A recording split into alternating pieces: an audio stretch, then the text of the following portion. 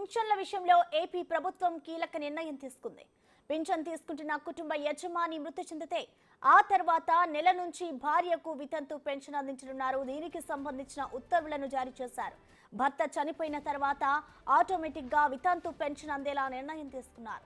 ఇక వరుసగా 2 నెలలు వృద్ధాప్య పింఛన్ తీసుకోకపోయినా 3వ నెల ఒకేసారి తీసుకునే వెసులుబాటు కల్పించారు. దీనికి సంబంధించిన ఉత్తర్వులను కూడా విడుదల చేశారు.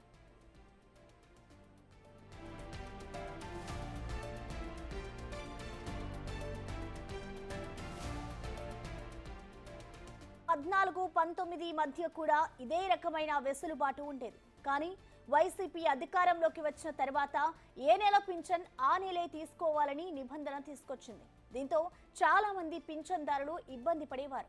కూటమి ప్రభుత్వం ఉత్తర్వులతో చాలా మందికి లబ్ధి జరగనుంది. పింఛన్ల పంపిణీ సమయంలో వృద్ధులు ఆరోగ్య కారణాలతో లేదా పిల్లల దగ్గర సిటీల్లో ఉంటూ అందుబాటులో ఉండకపోవచ్చు. అలాంటి వారు 3 నెలలకు ఒకసారి తీసుకునే అవకాశాన్ని ప్రభుత్వం కల్పించింది.